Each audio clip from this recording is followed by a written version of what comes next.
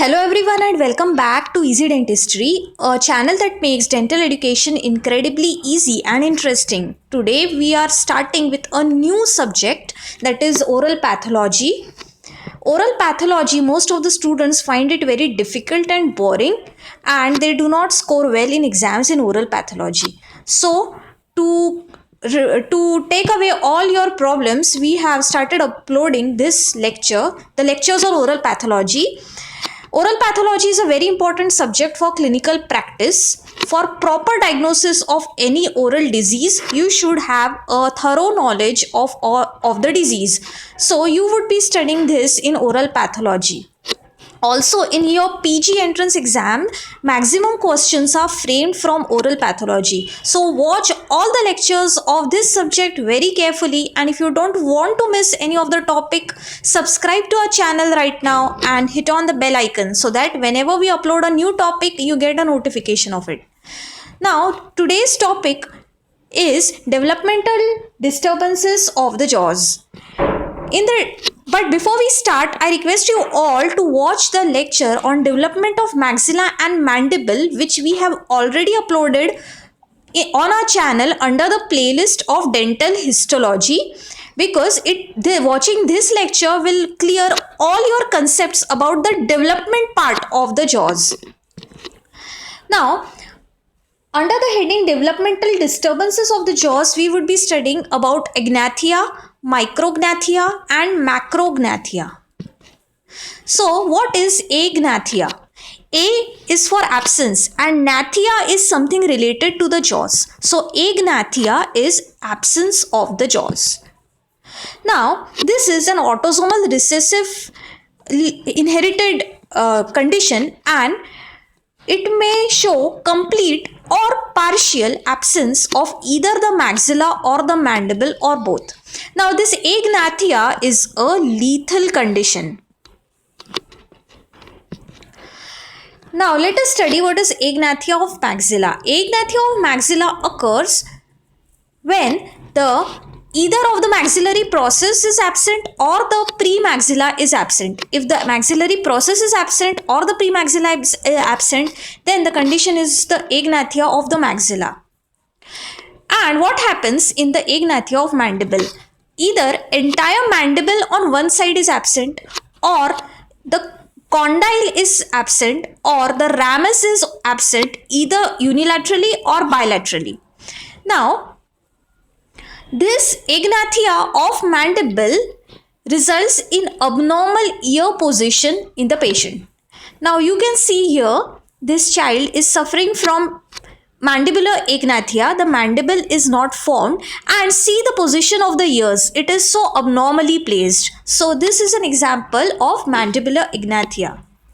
Now what causes this agnathia? Agnathia occurs due to failure of migration of the neural crest cells into the maxillary prominence at 4 to 5 weeks of gestation. Now, what are these neural crest cells? What are the maxillary prominences? You have already studied in the video of development of maxilla and mandible. We will also provide the link in the description box.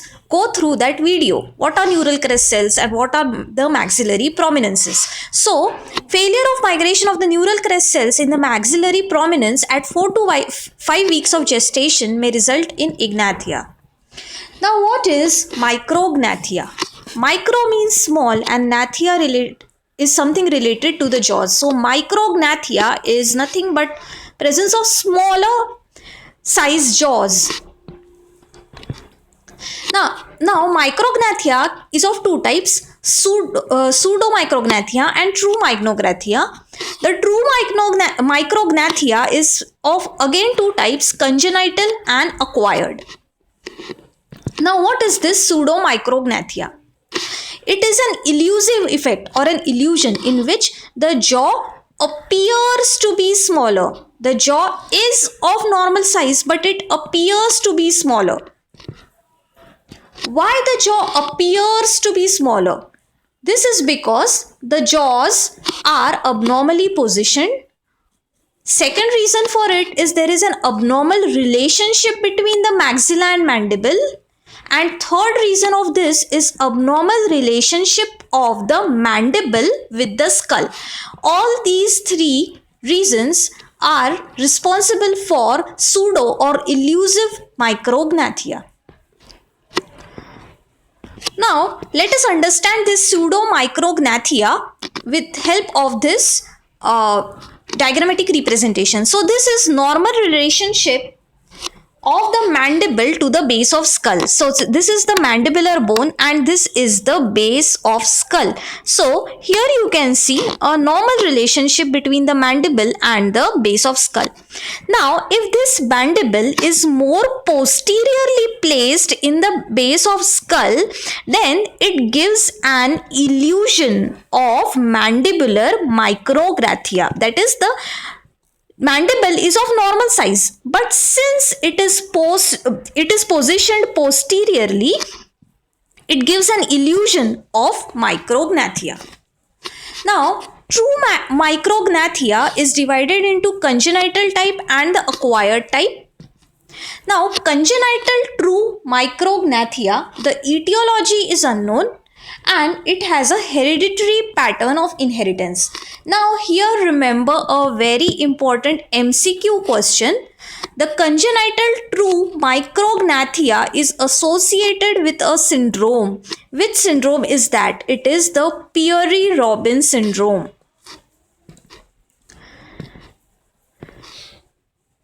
Now acquired true micrognathia, it is of postnatal origin or it occurs after birth. Causes of acquired true micrognathia is either trauma or infection or ankylosis in the TMJ area. Now, the micrognathia of maxilla mostly occurs due to deficiency of premaxilla. Now, the clinical features of maxillary micrognathia include retracted middle 1/3 of the face, and this patient with maxillary micrognathia always show mouth breathing. So here you can see that in this patient with maxillary micrognathia, the middle 1/3 of the face is retracted, and you can also see that might be this patient may be doing mouth breathing at the time when this pic was clicked. Then micrognathia of mandible, clinical features include severely retruded chin. In this pic you can see that the mandible is of smaller size, so the chin is severely retruded. Now, what is macrognathia? Macro means large and gnathia relates to jaw. So, macrognathia is larger jaw. Macrognathia may occur in two conditions. First, when enlargement of the bones are only enlargement of only jaw bones occur, or second condition in which the entire skeleton shows enlargement. But the first type, in which only the jaws are affected, is more common. Now, mandible is more commonly affected with macrognathia than maxilla.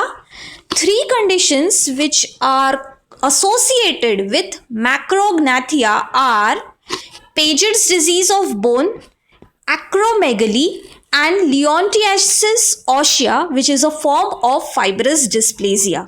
All three conditions we would be studying in detail when we study the chapter diseases of bones. But remember here, macrognathia is associated with three important conditions: Paget's disease of bone, acromegaly, and leontiasis ossea. Now, amongst these three conditions, only in acromegaly, the mandible is affected, but in Paget's disease and leontiasis ossea, maxilla is affected more than mandible. Now, what causes mandibular protrusion?